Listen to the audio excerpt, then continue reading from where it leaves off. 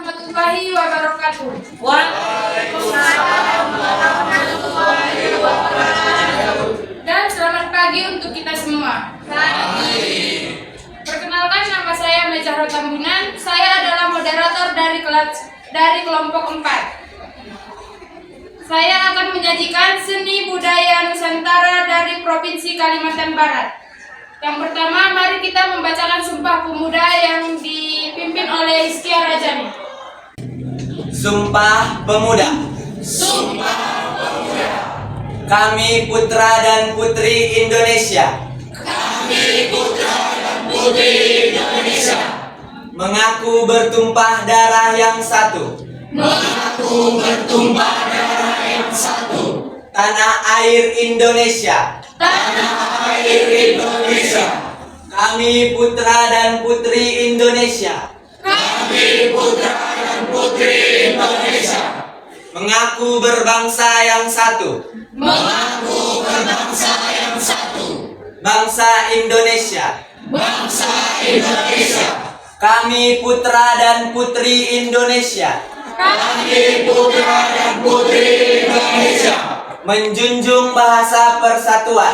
Menjunjung bahasa persatuan. Bahasa Indonesia. Bahasa Indonesia. Seni budaya Nusantara dari Provinsi Kalimantan. Saya akan memperkenalkan anggota kelompok saya. Perkenalkan, nama saya Yosua Simamora. Saya Hizkia Rajani. Saya Luhir. Saya Hafidz, saya Nur Salimah, dan saya Dinda Aulia. Kami akan menyajikan tarian yang dibawakan oleh yang pertama kami akan menyajikan alat musik daerah yang disajikan oleh Yosua Hendrikson. Di sini saya akan menyajikan alat musik daerah Kalimantan Barat. Yang pertama, sape. Sape adalah alat musik unik berbentuk seperti gitar, terbuat dari kayu dengan jumlah dawai atau senar yang beragam. Ada yang menggunakan 2, 3, 4 hingga 5 senar.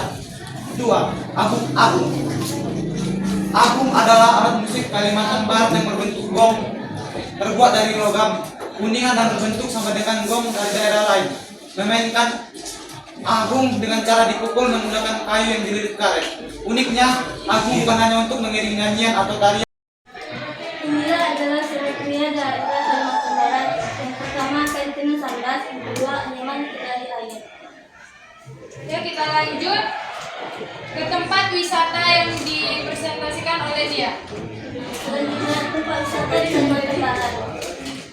Yang pertama, yang kedua, menyajikan tempat wisata di Kalimantan Barat. Di sini adalah yang pertama adalah Istana Kadriah dari Kalimantan Barat yang terletak di Jalan TJ Raya 1, Dalam Bugis, Kecamatan Pontianak Timur, Kota Pontianak, Kalimantan Barat. Yang kedua adalah Tugu Katulistiwa. Tugu Katulistiwa atau Ekuator Monumen berada di Jalan Katulistiwa, Pontianak Utara, Provinsi Kalimantan Barat. Selanjutnya adalah masjid terbesar di Kalimantan Barat, yaitu Masjid Raya Mahajidin. Di Masjid Raya Mahajidin terletak di Jalan Jenderal Ahmad Yani Akcaya, Kecamatan Pontianak Selatan, Kota Pontianak, Kalimantan Barat. Yang keempat adalah Gereja Katedral Santo Yosef. Gereja Katedral Santo Yosef terletak di Jalan Pahlawan nomor 8 TJ Puri, Kecamatan Sintang, Kabupaten Sintang, Kalimantan Barat. Selanjutnya kami akan menyajikan adat perkawinan yang dibawakan oleh Salimah.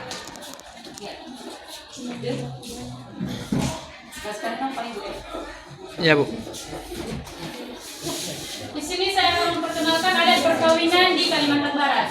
Dalam prosesi perkawinan adat Dayak Maju ada beberapa tahapan. Yang pertama, Hakumbang Au, yang kedua Mamanggul, yang ketiga Majabisek, yang keempat Manangga Janji atau Mukut Raping Tua. Saat akan berlangsungnya prosesi perkawinan adat Dayak melalui tahapan yang disebut pengantin Mamua dan pengantin Mandai. Ketika pengantin pria dan rombongannya tiba, ada beberapa kegiatan yang dilakukan. Antaranya, yang pertama, membuka lawak sakepeng. Yang kedua, Mangapas. Yang ketiga, Haluak Hapelek. Yang keempat, Mayaki Pamanten. Setelah prosesi perkawinan pun selesai, masih ada prosesi perkawinan yang harus dilaksanakan oleh kedua mempelai. Masyarakat Dayak Ngaju menyebutnya dengan Marwah Pali dan Pajaka Manangku. Dan selanjutnya akan disajikan pakaian adat yang disajikan oleh Nur Salimah. Kemudian saya akan menyajikan baju adat dari Kalimantan Barat. King Bibie adalah pakaian adat Kalimantan Barat yang dikenakan perempuan. Pakaian ini dibuat lebih tertutup dan sopan. Ada juga yang dilengkapi dengan penutup dada dengan menggunakan bawahan dan stager. Sama seperti King Baba, King Bibie juga dihiasi dengan manik dan bulu burung enggam. Menyajikan rumah adat dari Kalimantan Barat yang disajikan oleh Hot Maida. Rumah adat Batam Radang. Rumah Radang atau disebut juga rumah kaca merupakan nama rumah adat Kalimantan Barat yang berbentuk rumah panggung yang memiliki panjang hingga 180 meter, lebar 30 meter, dan tinggi 5 sampai 8 meter di atas permukaan tanah. Tiang-tiang penyangga rumahnya sangat tinggi dan tangganya lebar. Filosofi dari rumah berbentuk persegi panjang ini menggambarkan kebersamaan dan toleransi dari setiap anggota keluarga. Bayangkan saja, dengan rumah sepanjang itu, rumah Radang bisa menampung puluhan kepala keluarga dan ratusan orang. Selanjutnya, Hot Maida akan menyajikan makanan khas. Makanan khas dari Kalimantan Barat. Yang pertama ada lek tausuan, yang kedua ada coy pancia, yang ketiga ada pangkung kap, yang keempat ada rujak saibui. Selanjutnya kami akan menyajikan pahlawan dari Kalimantan Barat, yaitu yang penyajinya adalah Salimah.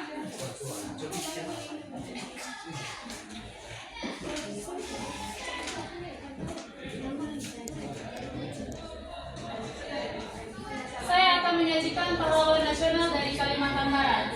Dia adalah Abdul Qadir. Abdul Qadir gelar Raden Temenggung Setia Pahlawan. Lahir di Sintang, Kalimantan Barat tahun 1771. Wafat di Tanjung Suka II, Melawi tahun 1875. Beliau adalah seorang pahlawan nasional Indonesia dari Malawi. Pada tahun 1845, ia diangkat sebagai kepala pemerintah Malawi yang merupakan bagian dari kerajaan Sintang. Ya, selanjutnya kami akan menyajikan putra daerah yang disajikan oleh Hizkia Rajani.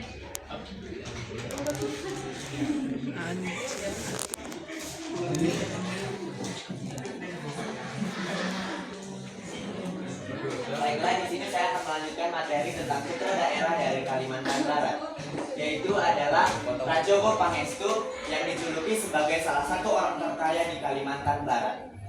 Prajogo Pangestu adalah seorang pengusaha Indonesia. Taipan pertanian terbesar di Indonesia sebelum krisis ekonomi pada tahun 1997. Bisnisnya berawal pada akhir 70-an di bawah perusahaan Jajadli Timber Group dan membentuk Bariko Pasifik. Menurut laporan, pernah mendapatkan konsesi hutan sebanyak 6 juta hektar lebih. Kelahiran pada tanggal 13 Mei 1944, usia 79 tahun, Kecamatan Sungai Betung.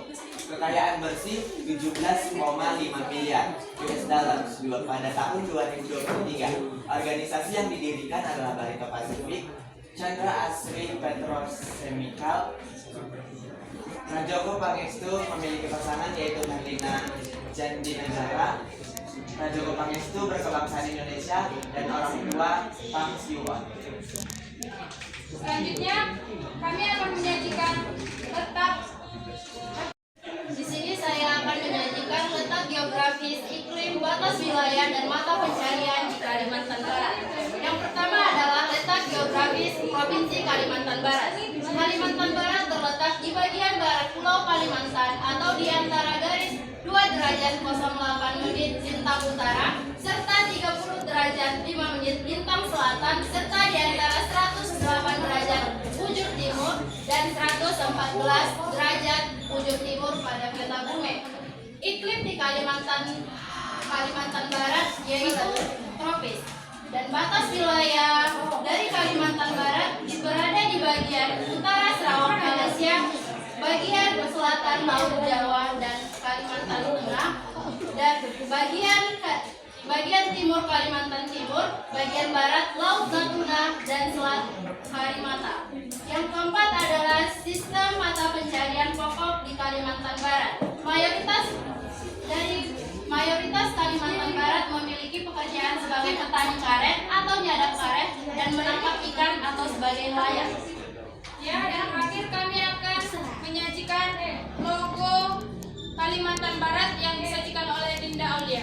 Di sini saya akan menyajikan logo Kalimantan Barat. Di sini teman-teman bisa lihat logo dari Kalimantan Barat. Dari logo Kalimantan Barat ini memiliki makna, yaitu pertama adalah perisai, mandau, dan keris menggambarkan pusaka dan kebudayaan warisan leluhur masyarakat. Yang kedua adalah garis melintang di tengah merupakan simbol garis katulistiwa yang melalui Kalimantan Barat. Yang ketiga, kobaran api dalam tungki sebagai simbol semangat perjuangan yang tidak pernah padam.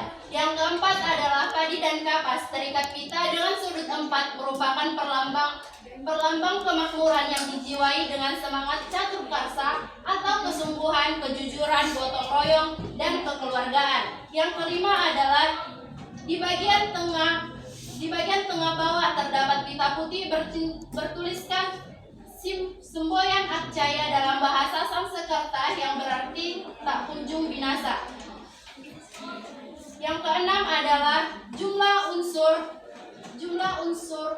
kapas berjumlah 17, nyala api berjumlah 8, padi berjumlah 45 yang menggambarkan hari lahirnya Republik Indonesia. Maaf,